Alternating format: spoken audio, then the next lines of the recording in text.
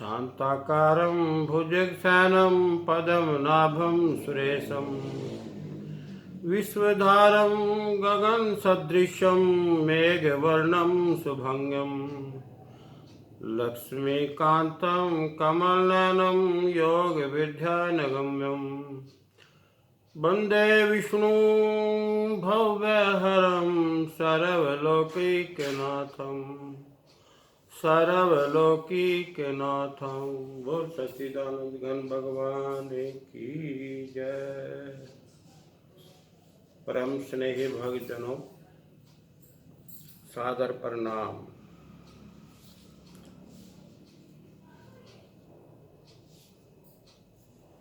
सबसे पहले आप सबको गीता जयंती के महोत्सव पर हार्दिक शुभकामनाएं। ये मार्गशीर्ष का महीना है और शुक्ल पक्ष की एकादशी है। गीता जयंती बड़े धूमधाम से मनाई जा रही है हमारे प्रिय भारत देश में। तो ये शुभकामनाएं आप सबके लिए। इसके अलावा इसे मोक्षदायिनी एकादशी भी माना गया है। यह मार्गशीर्ष महीने की शुक्ल पक्ष की एकादशी है। हिंदू धर्म में इसे बहुत खास माना गया है, क्योंकि इसी दिन भगवान श्री कृष्ण ने गीता का उपदेश अर्जुन को दिया था। इसी दिन द्वापर युग में महाभारत युद्ध के दौरान जब अर्जुन अपने सगे संबंधियों पर बाण चलाने से घबराने लगे, तब श्री कृष्ण ने उन्हें जीवन, आत्मा और कर्तव्य के बारे में विस्तार से समझाया कि हे अर्जुन, इससे भी ऊपर आपका कुछ और कर्तव्य है। उठ और उसे पूरा करो। और पुरातन काल में गोकुल नगर में एक व्याखानस नाम के राजा राज करते थे। उनको स्वप्न में आया कि उनका पिता नरक में फंसा हुआ है, क्योंकि उनसे पूर्व जन्म में कोई गलती हुई होगी, पाप हुआ होगा। तब एक सन्यासी ने उन्हें समझाया कि मगर मंगसर मास की एकादशी को उपवास रखने से आपके पिता को मुक्ति मिल सकती है, और ऐसा हुआ। स्वर्ग की प्राप्ति हो जाएगी और उन्हें स्वर्ग मिला। तो ये मोक्षदायिनी एकादशी है। मोक्ष की प्राप्ति के लिए व्रत रखते हैं और भगवान विष्णु भगवान की पूजा करते हैं। तो ये बड़ा खास दिन है आज का। तो आज हम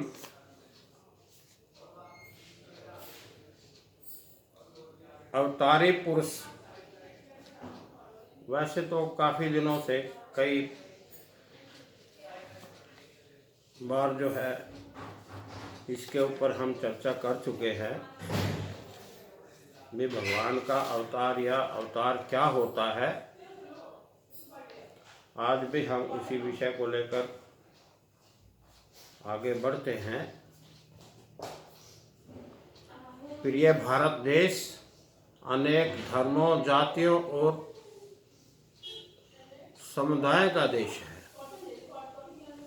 जहाँ पर राम, कृष्ण, गौतम, गुरु नानक जैसे अवतारी पुरुषों ने इस पवित्र धरा पर अपनी माँ की पवित्र कोख से जन्म लिया।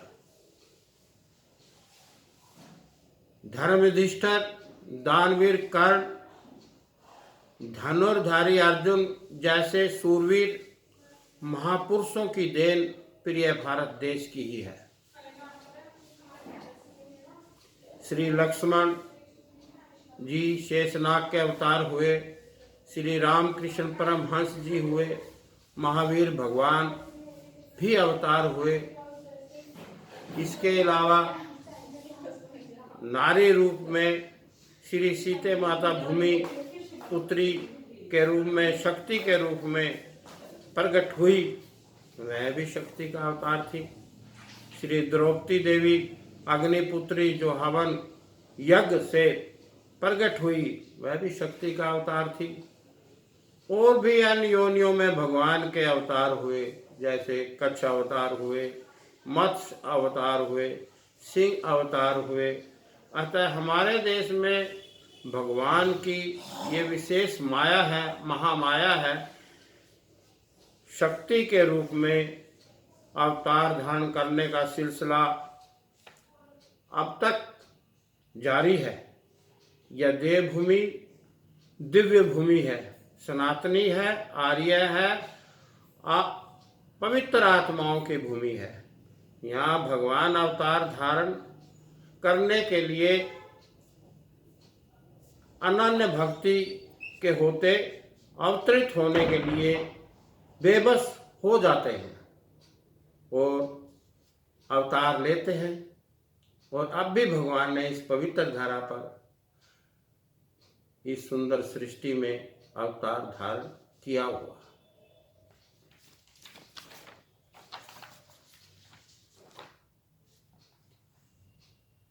तो भगवान बड़े दयालु हैं, बड़े कृपालु हैं, दया निधान हैं, दया के सागर हैं। वो हमारे देश, प्रिय भारत देश पर विशेष अपनी कृपा हर युग में करते हैं। भारतीय इतिहास में ऐसा कोई समय नहीं रहा जब आध्यात्मिक दिव्य परम योग ज्ञान का बोलबाल न हुआ हो।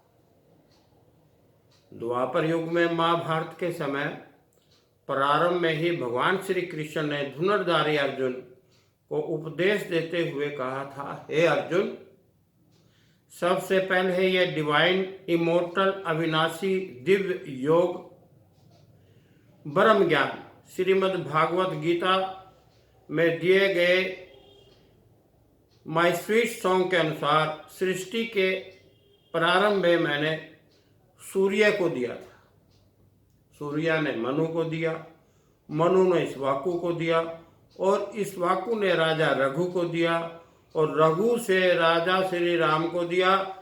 तभी से ये आज तक रघुकुल रीत सदा चली आई, प्राण जाए पर वचन न जाए, यह रीत यूं ही चली आ रही है। सतयुग में राजा श्री सत्यव्रत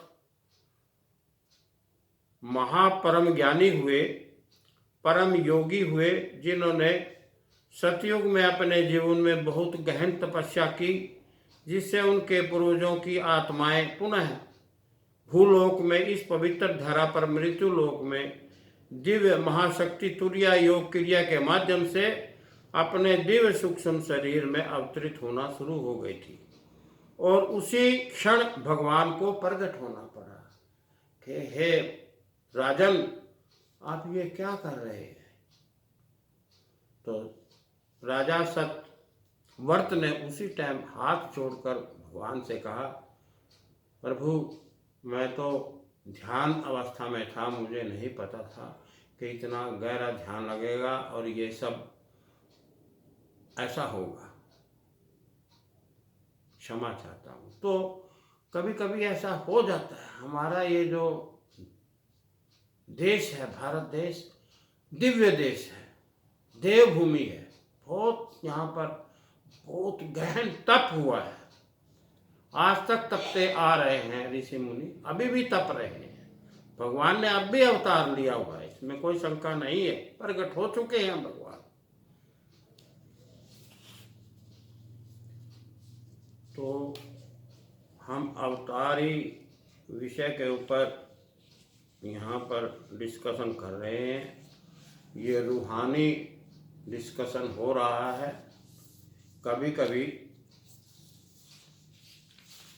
कृपा हो जाती है भगवान की। तो आज का हमारा जो ध्येय विषय है वो है अवतारी पुरुष को समझना। भाई ये जो अवतारी पुरुष है ये क्या होता है, कैसे ये अवतार धारण करता है। तो इसके बारे में कई बार तकरीबन इसी विषय पर हम डिस्कशन करते हैं और आज भी इसी विषय को लेकर के कि भगवान को समझना है, इस अवतार को समझना है भी भगवान जो ये अवतार यहाँ पृथ्वी पर धारण हो करते हैं तो ये क्या कैसे होता है। तो देखिए, ये आध्यात्मिक अनुभव का विषय है। भक्ति तो इसमें करनी पड़ती है, तो भक्ति करनी चाहिए।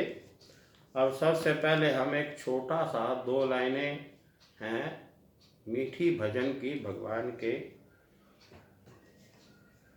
को समर्पित करते हैं गा करके।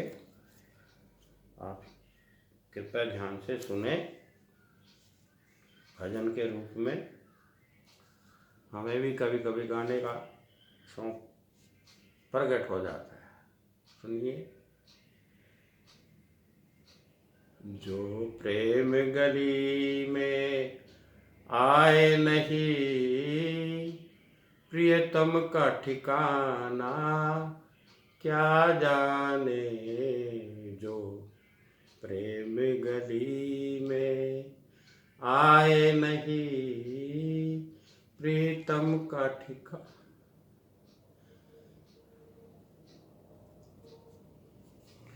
प्रीतम का ठिकाना क्या जाने। जो प्रेम गली में आए नहीं, प्रीतम का ठिकाना क्या जाने।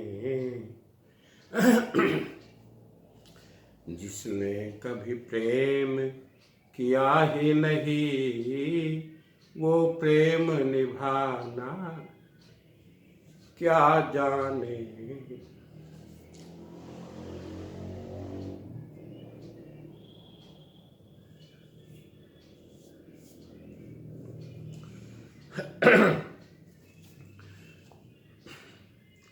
जो प्रेम गली में आए नहीं, प्रीतम का ठिकाना क्या जाने।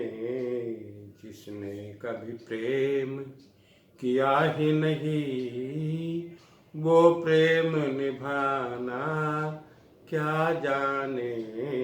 जिसने कभी प्रेम किया ही नहीं, वो प्रेम निभाना क्या जाने। जो प्रेम गली में आए नहीं, प्रीतम का ठिकाना क्या जाने। जो वेद पढ़े और भेद करे, जो वेद पढ़े और भेद करे, मन में कभी निर्मलता आए नहीं। कोई कितना भी चाहे ज्ञान कहे, कितना भी ज्ञान कहते रहें, पढ़ते रहें, सुनते रहें, बोलते रहें, कोई कितना भी चाहे ज्ञान कहे, भगवान को पाना क्या जाने। जो वेद पढ़े और भेद करें, मन में कभी निर्मलता आए नहीं। कोई कितना भी चाहे ज्ञान कहे, भगवान को पाना क्या जाने। जो प्रेम गली में आए नहीं, प्रीतम का ठिकाना क्या जाने। ये दुनिया गोरख धंधा है, सब जग माया में अंधा है। जिस अंधे ने प्रभु को देखा ही नहीं, जिस अंधे ने प्रभु को देखा ही नहीं, वो रूप बताना क्या जाने, जो प्रेम गली में आए नहीं प्रीतम का ठिकाना।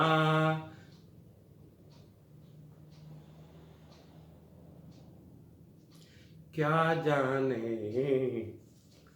जो प्रेम गली।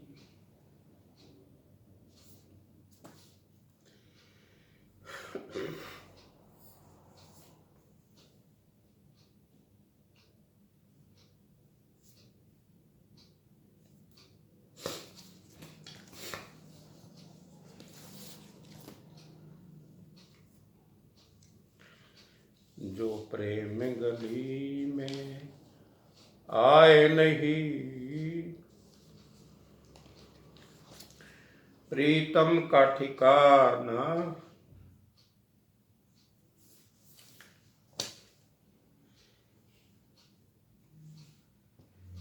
क्या जाने, कितनी अच्छी लाइनें हैं, सार है ये। जो प्रेम की राह पर चला ही नहीं, the man who never loved to God, how can he realize him? No. देखो ये कहता है जो प्रेम गली में आए ही नहीं, जिन्होंने कभी भगवान की जो गलियां हैं, भगवान किधर है, कहाँ है, वो भगवान को कैसे जान सकते हैं? वो अपने प्रीतम को कैसे ढूंढ सकते हैं?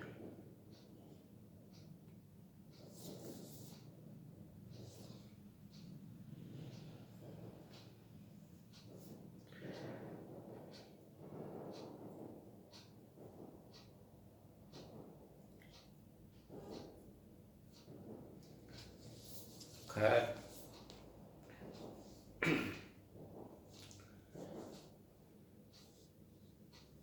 वेद पढ़े और भेद करें, वेद भी पढ़ लेते हैं।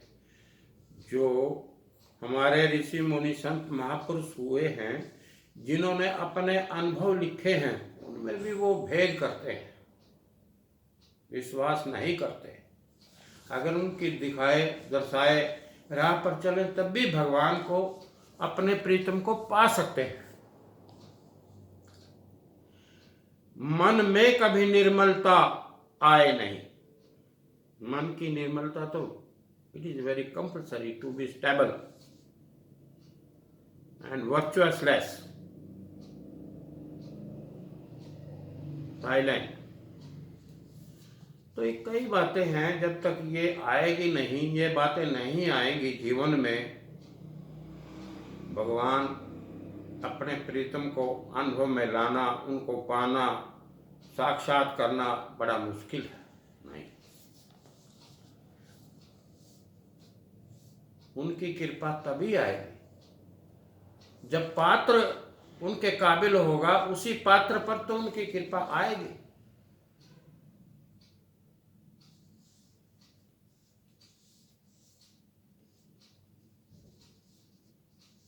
ये सारी दुनिया, कोई खाल मस्त, कोई माल मस्त, कोई मस्त, अपने अपने सब दिखावे में मस्त हैं। पता नहीं इतनी एजुकेटेड होने के बाद भी ये तो बहुत, भगवान ने तो दिया है भी, आप संभलो, अपने आप को संभालो और अपने सत्य की राह पर चलो।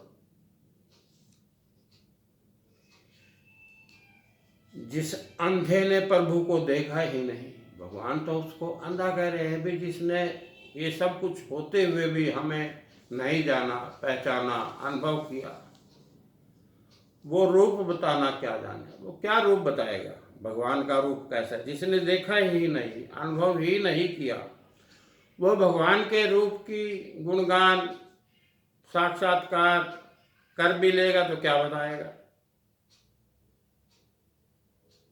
हमने बताया कि सूरदास हमारे पास आता था, वो कहता था मुझे अपनी उम्र का तो बेरा ही नहीं बेटे, कितनी उम्र है, 200 साल है, 400 साल है, 500 साल है, 1000 साल है, पता नहीं, बस मैं आपसे मिलने आता हूँ।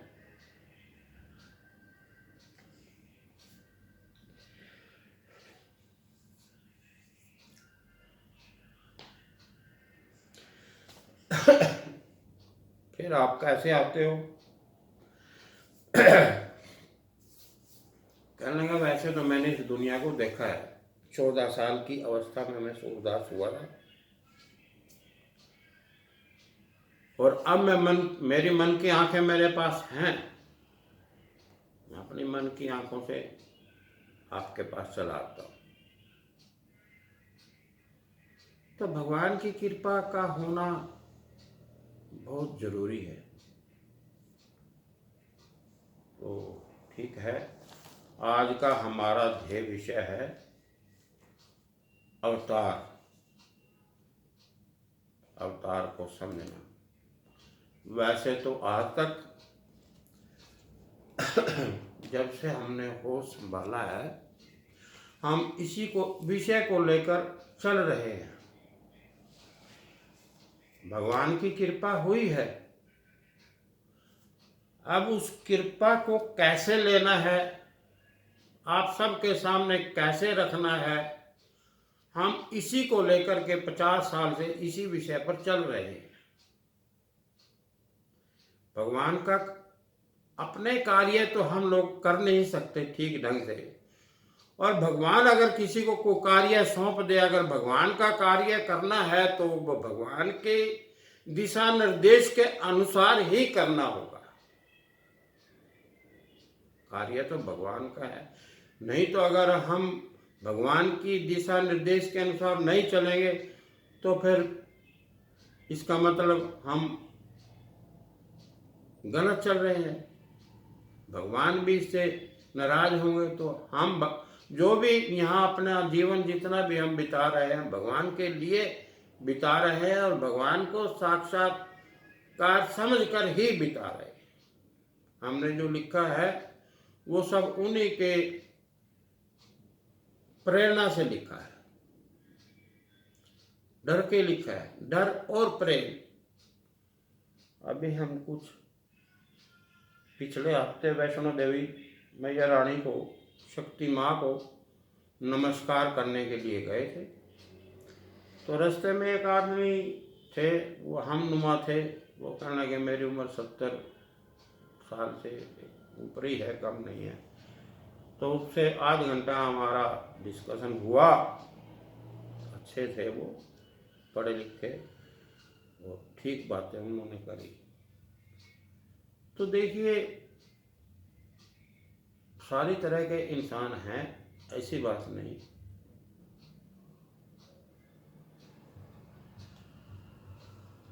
अब आज का विषय है कि अवतार क्या है, क्या होता है अवतार, वो समझना है। ठीक है, समझते हैं, इसी पे चल रहे हैं, चलते हैं। थोड़ा आवेश आ जाता है, जहाँ कृपा होती है वहाँ थोड़ा आवेश आ जाता है। कोशिश तो करते हैं, हम रोकते हैं, कोई ऐसी बात नहीं। चलो आज आपके सामने भी आ गया तो कोई बात नहीं, कोई ऐसी बात नहीं, चलता है सब, ये सब चलता है, कोई बात नहीं। बोलो सच्चिदानंद भगवान की जय। अवतार के बारे में वैसे तो हमने एक चित्र जो है ना, डायग्राम बनाया, इसमें हमने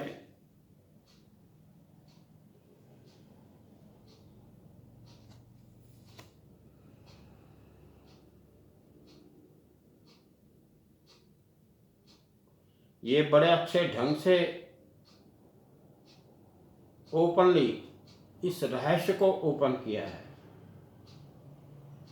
सारी शक्तियां इसमें दिखाई गई हैं, अनुभव के आधार पर दिखाई गई है। ये रूहानी डिस्कशन है, यहाँ पर आध्यात्मिक दृष्टि से अनुभव के आधार पर ये दिव्य शक्तियां जो हैं ये अनुभव के आधार पर आपको दिखाई गई है। जैसे जैसे भगवान की कृपा हुई, प्रेरणा होती गई और सब ये डायग्राम एक एक करके बनाए गए और फिर इन सब का ये एक चित्रित डायग्राम है जो पूर्ण है। पूर्ण भक्ति इसमें दर्शाई गई है।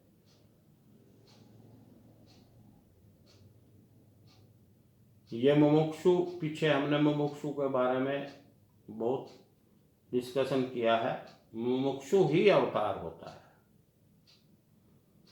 और इसको अच्छी तरह से हमने आपके सामने रखा है, प्रकाश डाला है अवतार के ऊपर। फिर भी कोई बात नहीं, ये तो चलेगा। अब ये अवतार क्या होता है?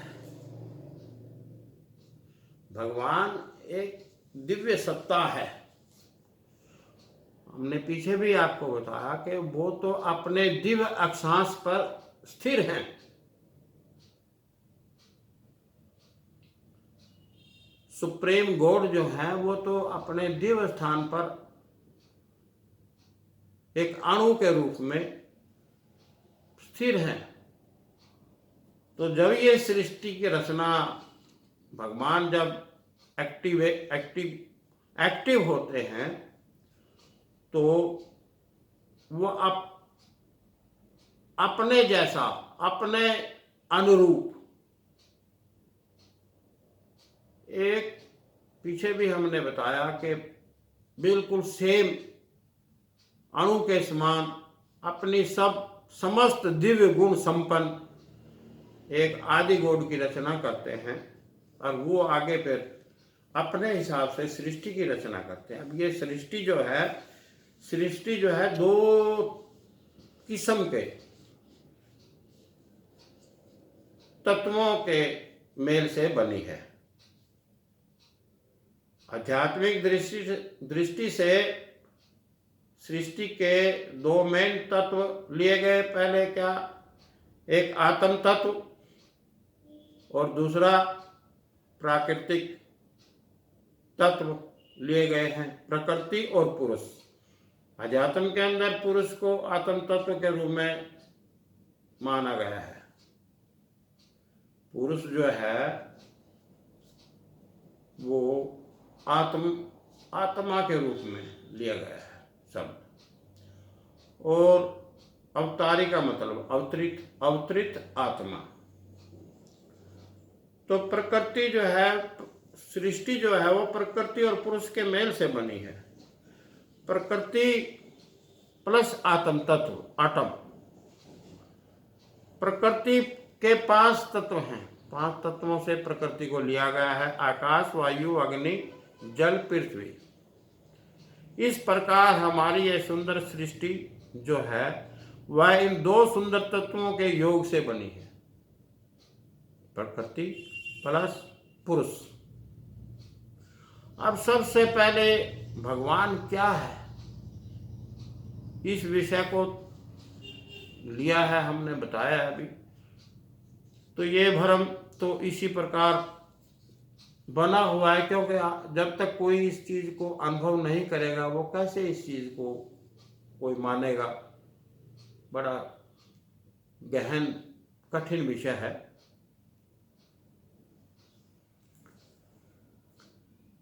वैसे सनातन की ओर से कोई भ्रम नहीं है।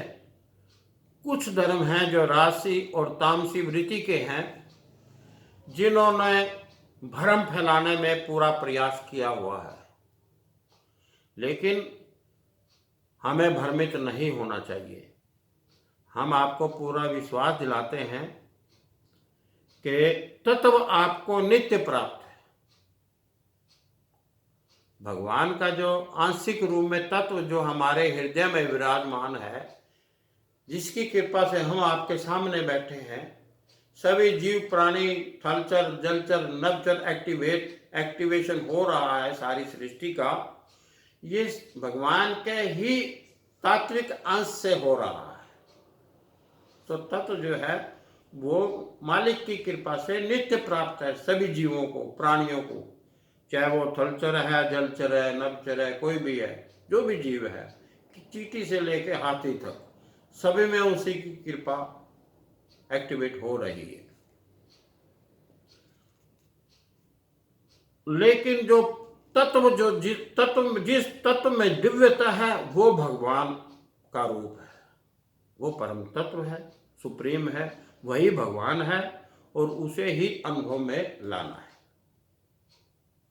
बस इतना काम करना है। तत्व तो नित्य प्राप्त है, तत्व को अनुभव में कैसे लिया जाए, ये समझने का विषय है, बस और कुछ नहीं समझने। एक चीज तो देखो, हमारी जेब में है, अब जेब में कितनी है, हमारी जेब में कितने पैसे हैं, वो तो गिनने पड़ेंगे, और गिन के ये तो इतने हैं भाई। इसी प्रकार भगवान तो नित्य प्राप्त हमारे हृदय में बैठे हैं, उनको अनुभव करना है बस कैसे है।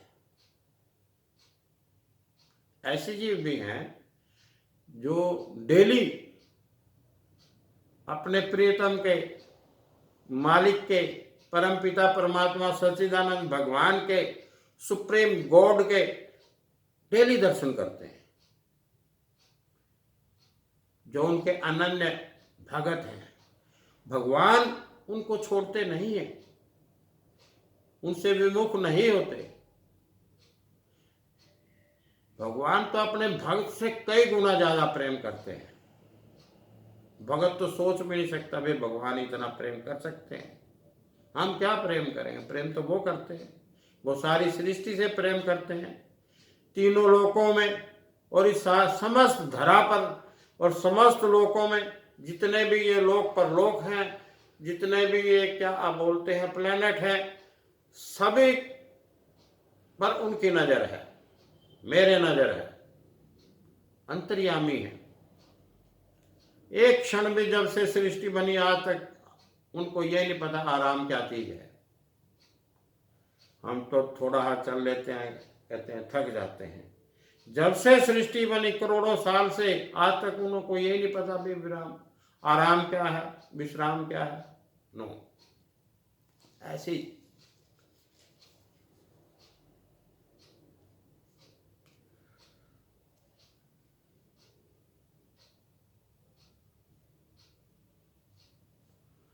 अब प्रेम परम स्नेही भक्तजनों, यह तो आप ही जानो कि कैसे बनेंगे बात, because it is the matter of self realisation.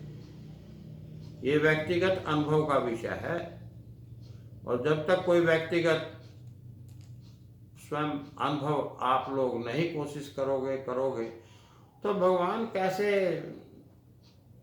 भगवान का साक्षात्कार बड़ा मुश्किल है मेरे हिसाब से। साक्षात्कार हो चुका है अब इस दुनिया में, भगवान प्रकट हो चुके हैं, जो भगवान के अनन्य भगत हैं उन्होंने दर्शन कर लिए हैं, ऐसी बात नहीं।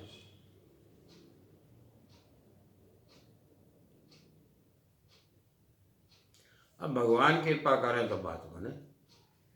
भगवान तो जी जीव पे कृपा करें, बगैर भक्ति के भी कर देंगे, ऐसा भी हो सकता है। उनको अपने भक्त पर भी पूरा विश्वास होता है, अंतर्यामी है, और जिस भक्त पर उनको पूरा विश्वास हो, चलो कोई बात नहीं, ये बाद में कर लेगा अपना कार्य, हम अपना कार्य कर देते हैं, इसको दर्शन दे देते हैं, और ये भक्त फिर बाद में अपना कर लेगा कंप्लीट, ऐसा भी होता है।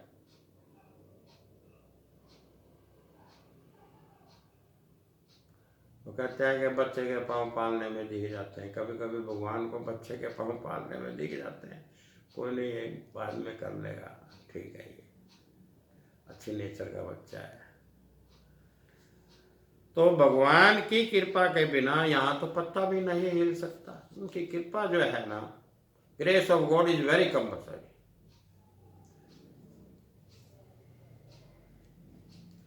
यहाँ इस सुंदर संसार में सब कहते हैं हमने तो कभी भगवान को देखा ही नहीं, यह भी ठीक बात नहीं। कैसे देखोगे भाई,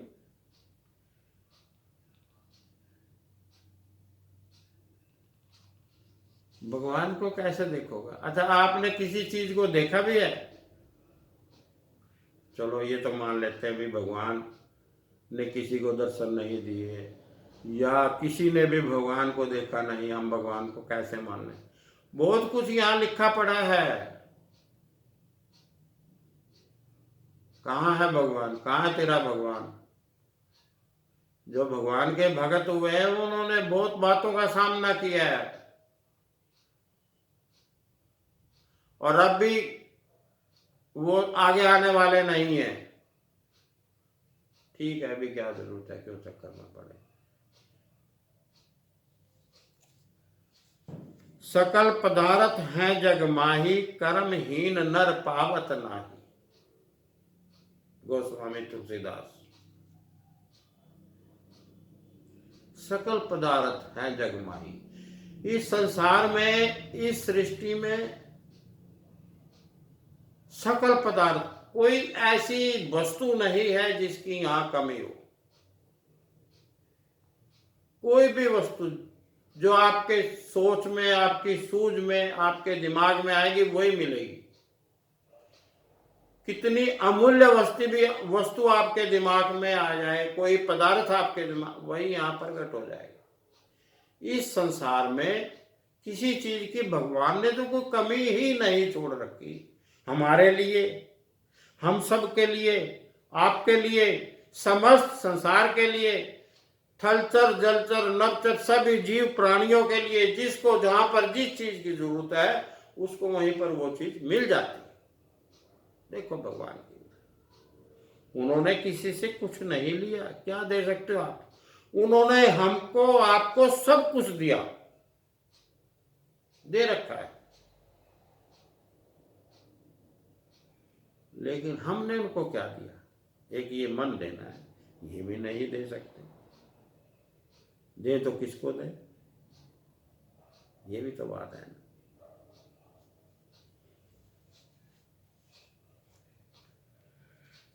सकल पदार्थ हैं जग माही, कर्महीन नर पावत नाही। कर्महीन, कर्म गति टरे ना टारे, कर्मों की गति न्यारी। कर्मों का फल तो देखो जब ही मिलेगा ना, जब कुछ कर्म करोगे, जो कर्म करोगे उसका फल आपके सामने हाजिर हो जाएगा। ये कर्मों की अलग बात है।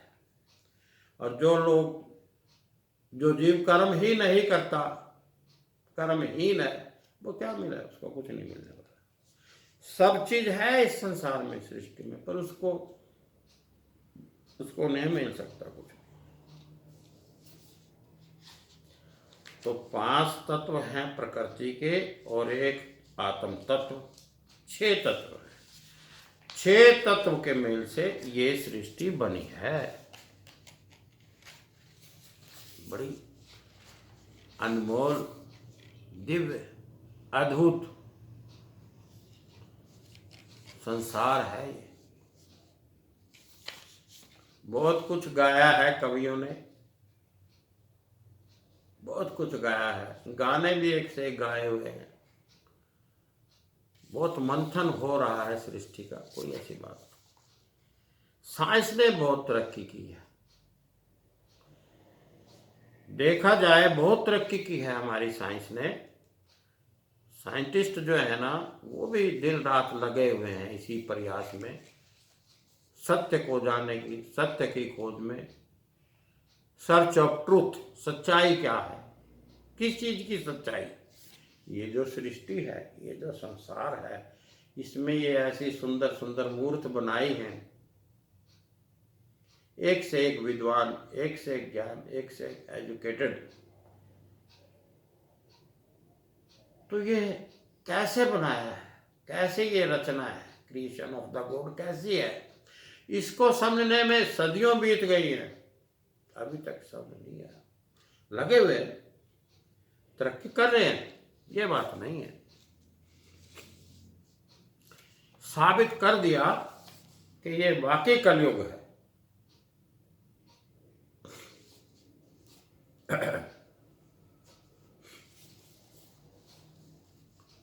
मशीन का युग है। आप देखिए, व्हाट्सएप पर, ये एक छोटा सा मोबाइल, 2-4 हज़ार रुपये का। व्हाट्सएप पर आप आमने सामने, हमारे बच्चे कोई अमेरिका, कोई कनाडा, कोई ऑस्ट्रेलिया गए हुए हैं और व्हाट्सएप पे आमने सामने ऐसे बैठ के बातें करते हैं, खाते पीते देखते हैं क्या हो रहा है, क्या कर रहा है। देखो आप, सब कुछ नजर आता है, ऐसी बात नहीं। एक छोटा सा 500 रुपये का मोबाइल लग यहाँ और अमेरिका, उससे बात कर सकते हैं। थोड़ा सा बड़ा स्क्रीन लें तो आप आमने सामने ऐसे फेस टू फेस बात करते हैं। कमाल। लेकिन उसमें जो वेव्स हैं, रेंज है, वेव जो धारा जो है वो बीच में, मोबाइल उधर अमेरिका में जो मोबाइल और इंडिया में जो मोबाइल, उसके बीच में जो वेव्स काम कर रही है वो आपको दिखाई नहीं देती। बात तो कर रहे हो, वो तो नहीं दिखाई देती। अनुभव तो है भी, कोई न कोई तार, कोई न कोई ऐसा सिस्टम है जो कैच कर रहा है, ये ग्रेविटी जो पावर है कैच कर रही है, लेकिन दिखाई तो नहीं देता। तो भगवान को कैसे देख सकते हैं? जो कि दिव्य सत्ता है, उसको, इसीलिए उसको कैसे देखेंगे? देखा है किसी ने मोबाइल और मोबाइल के बीच में कौन सी वेव्स काम कर रही है? किसी को दिखाई नहीं देती। ऐसे चलती हुई तो दिखाई नहीं देती ना। बात कर लेते हैं, आमने सामने साक्षात्कार हो जाता है, खूब बातें करते हैं। जैसे वो उस कमरे में बैठा है अपनी कोठी के, वो उस कमरे में बैठा है, और व्हाट्सएप पे बातें हो रही है। बहुत तरक्की की है। और इससे ऊपर क्या होगा? इस लोक में बैठ के और लोक में बैठे हुए बातें हो रही हैं।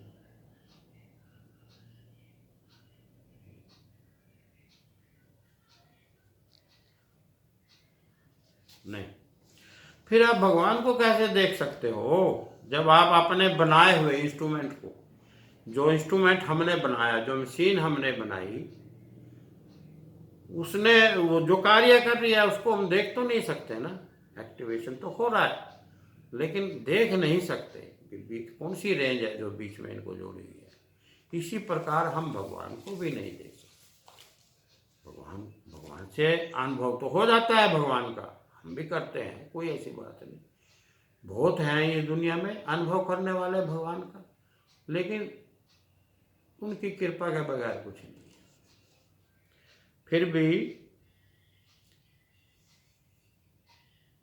भगवान को आप देख नहीं सकते। Automatic, systematic, divine, natural appearance in this beautiful सृष्टि जो है, उसे कैसे देख सकते हो? वह भी तो एक दिव्य अनुभव का विषय है। लेकिन हम आपको पूरा विश्वास दिलाते हैं भी आप भगवान को साक्षात्कार कर सकते हो, अनन्य भक्ति द्वारा किया है। द्वापर में जितनी गोपनियां थी, गोप थे, और भी संजय जी के पास दिव्य दृष्टि थी, कृष्णा ने अर्जुन को दिव्य दृष्टि थी, संजय ने जो है वेद व्यास जी ने संजय को दिव्य दृष्टि दी। जब उस टाइम दिव्य दृष्टि ले और दे सकते थे, अब भी भगवान कृपा कर सकते हैं, कोई ऐसी बात थोड़ी है। भगवान तो अब भी हैं, अमर हैं, अजर हैं, उन्हीं की तो ये रचना है। वो अपनी दिव्य दृष्टि जैसे द्वापर में अर्जुन को दी थी, अब भी किसी को अर्जुन समझ करके दे सकते हैं। वेद व्यास जी भी जो भगवान के समान थे, उन्होंने दिव्य दृष्टि संजय को दी थी। अब भी वो ऐसे वेद व्यास जो है ना, अब भी कोई न कोई वेद व्यास होगा जो ऐसे दिव्य दृष्टि दे सकते हैं। साक्षात्कार हो जाता है, होते हैं। इसकी माया का कुछ नहीं पता ये क्या कर रहा है, हो रहा है, एक्टिवेशन हो रहा है जरूर। ये हम आपको बता रहे हैं भगवान की कृपा का। तो देखिए, भगवान बड़े दयालु हैं, बड़े कृपालु हैं, उन पे हमें विश्वास करना चाहिए। भगवान भूखे भाव के, भगवान तो भाव के भूखे हैं, आस्था के भूखे हैं। तो भगवान में हमें पूर्ण आस्था बनाए रखनी चाहिए, है जी। अब बात ये है, हमने बात करी कि ये जो सृष्टि है ये 6 आत्म तत्व और प्रकृति के जो 5 तत्व हैं उनसे बनकर बनी है।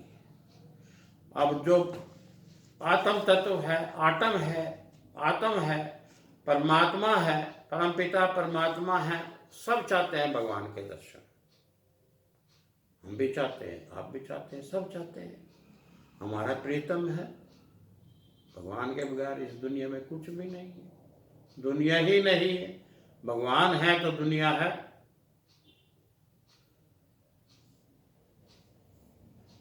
लेकिन इसके अलावा और भी तो ये सामग्री है, प्रकृति के 5 तत्व, और इसके अलावा कितनी सामग्री है। इसमें से आप किस चीज को देख सकते हो? बहुत शक्तियां छुपी हुई हैं इनके अंदर। अब जैसे वायु को ही ले लो आप, वायु के अंदर भी दिव्यता है। वायु, अब देखो यहाँ कोई वायु नहीं है, बिल्कुल शांत वातावरण है, और अभी 1 मिनट में आंधी तूफान आ जाते हैं। हम जब ये मई और जून का महीना होता है, इसमें देखो कोई बावरोला कहीं नजर नहीं आता। लेकिन जब ये वायु तत्व जो है वो एक्टिवेट होता है तो बावरेला बन जाता है, बबूला जिसे बोलते हैं, और वो इतना पावरफुल हो जाता है कि बवंडर का रूप धारण कर लेता है और अपनी पावर दिखा देता है। ठीक इसी प्रकार वो पहले तो किसी को नहीं पता था भी यहाँ अभी बावरेला या बवंडर होने वाला है। ठीक इसी प्रकार जो आत्म तत्व आंशिक रूप से हमारे हृदय में विराजमान है, पूरा पावरफुल है, समस्त गुण है भगवान ने दिए हुए हैं समस्त उसके अंदर भी। और जब वो विवेक, अपनी विवेक शक्ति से अनन्य भक्ति करता हुआ इतनी भक्ति कर लेता है कि उसको विवेक एक पावर होती है, वो विवेक शक्ति से जुड़ जाता है, और विवेक शक्ति के प्राप्त होने से वो बवंडर की तरह इतना पावरफुल अपने आप को बना लेता है कि वो जो हमारे दिव्य चक्र हैं उनके सहारे से अपना योग बना लेता है।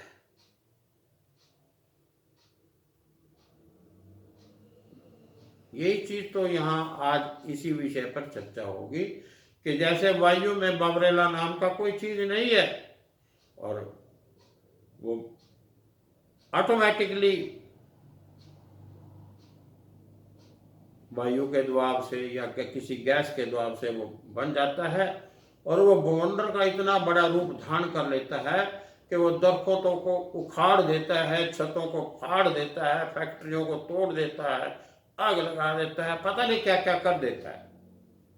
इसी प्रकार हमारे हृदय में जो ये तत्व बैठा है, आत्म तत्व, जब ये अपनी योग माया से भक्ति करता हुआ अनन्य भक्ति करता है तो इतनी पावर में आ जाता है कि ये सब बंधन तोड़ करके और प्योर होकर के आत्मा ये प्योर हो जाती है, और ये फिर दिव्यता की ओर बढ़ता है। अपनी आत्मिक जर्नी जो है वो शुरू करने लग जाता है, धीरे धीरे धीरे, माना धीरे सब कुछ हो जाता है। इसी प्रकार ये तो अभी हमने एक वायु की पावर बताई। वायु के बाद फिर आप देखो और भी जो तत्व हैं, जल है, पानी है। अब पानी देखो, अगर वो पड़ा है तो पड़ा है, और जब पानी अपनियों पे आए तो आप देखो जुलाई के महीने में जब बरसातें, एक महीना लगातार बरसातें होती हैं, कोई कहता है बादल फट गया, पीछे बादल फटा, हरिद्वार में लाखों आदमियों की, प्राणियों की जान गई, पता नहीं कितना जीव वहाँ अपनी जान गंवा बैठे। बड़े बड़े जो पहाड़ पर्वत थे वो पानी में बहने शुरू हो गए। तो चलो प्रभु कृपा है, फिर रुक गया किसी वजह से वो दलदला। तो हर तत्व के अंदर पावर है।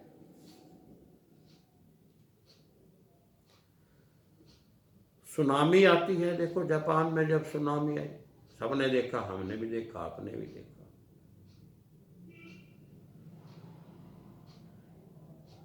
पृथ्वी के अंदर देखो आप, 5 तत्व की बात कर